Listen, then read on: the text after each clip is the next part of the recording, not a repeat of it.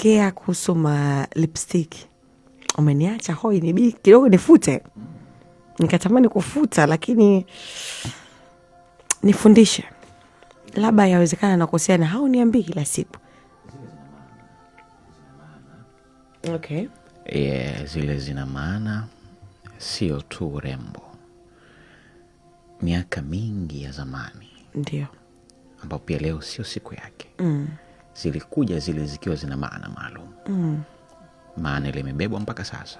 Watu hawajui. Lipstick nyekundu. Night dress nyekundu. Shuka jekundu. Umeongezea wewe watu wa leo Gen Z, kumbe pia na shanga nyekundu. Hizi zote zinasema baba, niko kwenye siku zangu, niache hapo hapo.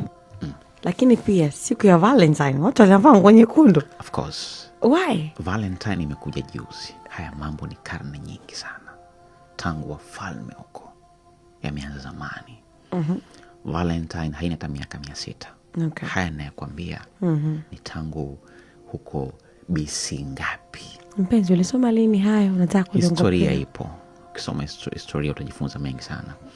Na kuna mtu mmoja leo nitakutajia kamsome, anaitwa Cleopatra. Ana balaa sana yule dada, ana balaa sana. Sasa haya mambo utayakuta kule.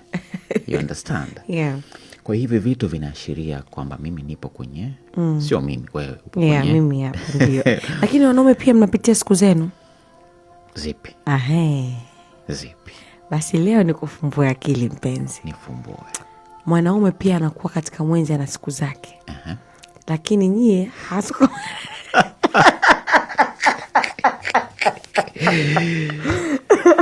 Sio kwamba mnatoka vitu, hapana. Mnakuwa tu mna mood swings. Okay. You don't just, unakuwa asubuhi tu, you don't feel it. Yeah, that's true. Yeah, kwa hiyo ndo tumesema siku za wanaume ni mnakuwa, you don't feel it. Masiku meupe. Yani unaamka tu siku, you don't get it, utakuongea na mimi lakini you force it. Kuna muda nitataka utaniambia bwana nauma, hata tu nisingizie tu bwana leo, lakini that's your days. That's true. Nime experience hiyo. Hivyo ya. Na asante kwa kunifungua kodi.